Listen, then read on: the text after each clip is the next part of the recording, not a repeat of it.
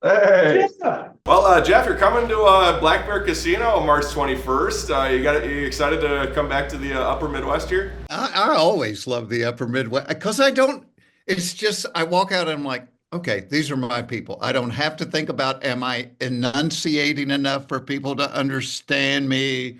Or are they going to understand when I'm talking about bitten by a snake, what I'm talking about? All the things I worry about in New York and LA, I never worry when I come see you guys. Is it still cold there? It's actually It's actually better. today's gonna be like 62, which is we're gonna break a record for heat today. Oh, that's awesome. Yeah, but a couple weeks ago it was like 30 below in some spots around. Just a couple weeks difference. Holy hell. And y'all, I was reading the last time I was up there, I read something that said per capita, y'all have the largest boat ownership in the country. It makes sense. They've got like 4 weeks they can use their boat. It's like, all right, it's thawing. Get the boat out. Get the boat. Oh crap, it's snowing. Put it back in. Put it back in. Hunter tells me every year it's starting to freeze on his lake. He's like, well, I better get the dock out now. I wait for the last second before I pull everything out. It's like October. It's freezing around the motor. It's like, what am I doing? What's going on? Yeah, milk it as long as you can, baby. You're originally from Georgia, is that correct? That's right. That's where I live now. Yeah. Are you used to the cold at all? Do you like the Midwest weather, or would you rather have what you have down in Georgia? I'm no, I'm not used to it. But I found early in my career, I can't come to the Midwest in the summertime because you guys have like 3 months of great weather. And so you're not coming to a show. You're going to be at the lake or whatever. But if you come in during the cold months, people are so sick of being in the house. They're like, I would pay money to watch somebody spin plates on a stick. And that's where I come in. Can people expect you spinning plates, or what kind of Is that part of the act? what kind of material have you been working on for the show here? You know what? I've been very fortunate in my life. But when I started out, like when I was doing amateur night, I would watch commercials and look at billboards and go, what am I going to talk about? What am I going to talk about? And I was lucky in that early on, I found what worked for me. And that was, I just trusted if I think something, or if my wife says something, or if my family does something, I'm going to trust other people are thinking and saying and doing the same thing. So I don't go looking for material. I just kind of like it. I got bitten by a copperhead. This is how sick comedians are. I got bitten by a copperhead snake last August. And within 10 seconds of the snake biting me, I was thinking, I'm going to get a great bit out of this when this is all over. I know I've got to, go to the hospital between here and there, but this is going to be a good bit. It's like one of your first thoughts. People are going to think you did it on purpose. Yeah. I would argue, Jeff, that you have a unique voice in the comedic world, of course. Is there anybody that you're pulling from, or anybody that really inspired you growing up that got you into comedy and maybe guided you as far as like the comedic voice that you have today? Yeah, it takes, I used to say it takes you 10 years to learn how to be a really good comedian because we're all influenced by people. I remember talking to Bob Newhart one time, and I said, I love that you can get a laugh without saying anything. You just do that awkward pause. And he said, well, I stole that from Jack Benny. So I think every comedian, kind of pulls from people that influence them. And when I was a kid, it's not politically correct now, but Bill Cosby was a giant influence because he was a storyteller that just told family stories and he did it without being dirty. He could be clean and he could be funny. And then as I got older, I would listen to Pryor and Carlin and people like that. But so yeah, I think we're all influenced. It's kind of funny to me now when I talk to younger comics and they're like, "You're one of the reasons I wanted to do comedy." And I'm like, "Oh my God, really?" Because, I still see myself as the young guy, and obviously I'm not, but it's the older I get, I believe this is a gift. And some people have a gift where they can cook. Some people have a gift where they can take care of old people. Some people have a gift where they can, do masonry. So I don't even know why I can do this, but I love that I can. And I feel like I'm the luckiest human being alive because I've made a fabulous living doing something I would have done for free. I would have just showed up and done it, and I still enjoy it. Like people are like, well, why don't you retire? And I'm like, but I still like it. It's still fun. Is it true that you went to college to study computer technology and you were going to follow your dad's steps at IBM? Is it weird thinking like where you could have been in life on a different route? Oh yeah, I like to say I'm two decisions from drywalling. I could have been doing, but I actually worked at IBM, and it wasn't it wasn't my gift. It was my dad's gift. His brain worked differently than mine, but probably like a lot of young people, you don't know what you want to do when you're young, And I thought, all right, I'll do what my dad did, and I was not on the rocket path to management. I was the guy that was in the break room doing impersonations of the boss, and then you would turn around and the boss would be in the doorway. I was that guy. And a bunch of people I worked with went to the local comedy club in Atlanta, and they kept coming back to work and going, Foxworthy, you're funnier than these people. You need to do this.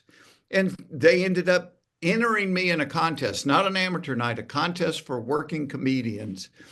And the first night I got on stage, I won the contest. And I knew I was a nervous wreck, but I knew a minute and a half into it, I'm like, this is what I want to do. And I quit IBM. And my mother's first question was, are you on the dope? Whatever the dope. I'm not sure what the dope is. And 5 years later, I was on Johnny Carson, and the same mother said, you wasted all those years at IBM. And I'm like, okay, whatever. Well, obviously, just talking to you, you're naturally funny. I mean, with everything that you say, it's fantastic and hilarious. You've had a long, storied career. You've had your own TV show. I know Ryan probably has a question about, are you smarter than a fifth grader? And then you got your comedy. Do you have a favorite part of your career so far? And what does the future look like for you? Yeah, Hunter, I've been very lucky that I've gotten to do a lot of different things. I've written a bunch of books.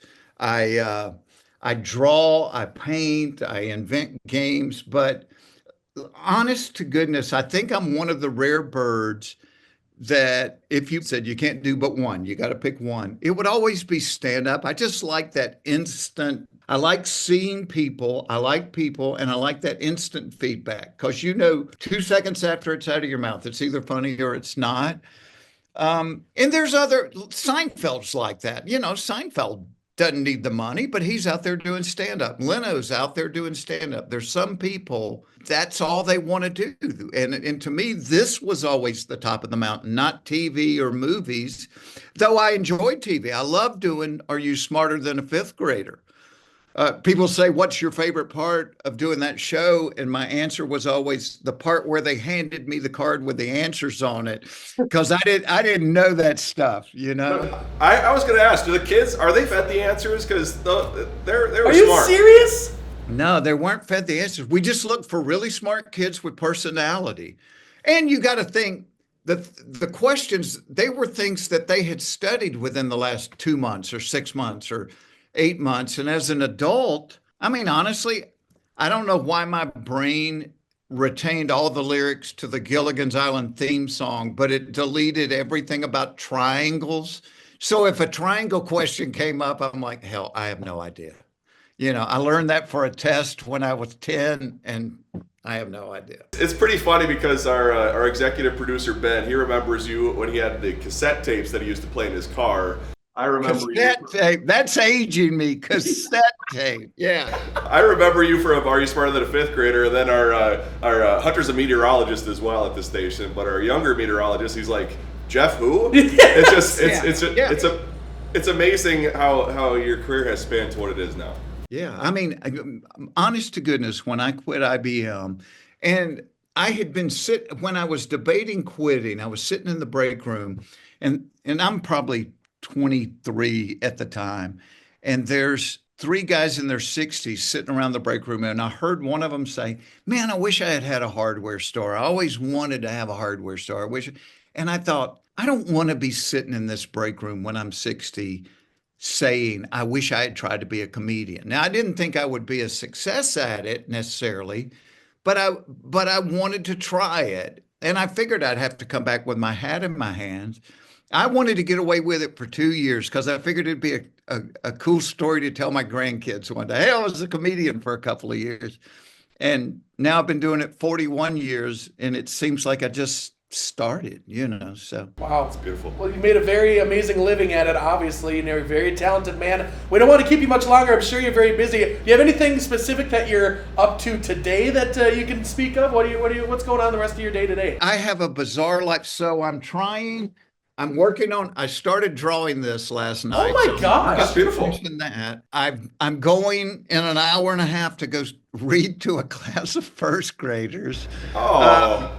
And when I was doing fifth grader, I'd always wanted to write a children's book, and so I ended up writing 3 of them while I was doing Are You Smarter Than a Fifth Grader? And so from time to time, I'll go read to elementary classes from one of my books. And I have to share this story with you. So this is why I do it, because you always end up with material. So the last time I went, it was say no to drugs and alcohol week at the kids' school. And the first graders had all signed a banner that said, "I pledge to say no to drugs and alcohol." And the teacher said, "Let me tell you a story." She said, "See that little kid over there, the little blonde?" She said, "When we were signing the banner, he said to me, 'Miss Cox, I'm not going to sign the banner.'" And she's like, "Well, buddy, why not?" He said, "I'm pretty sure I'm going to have a couple of beers."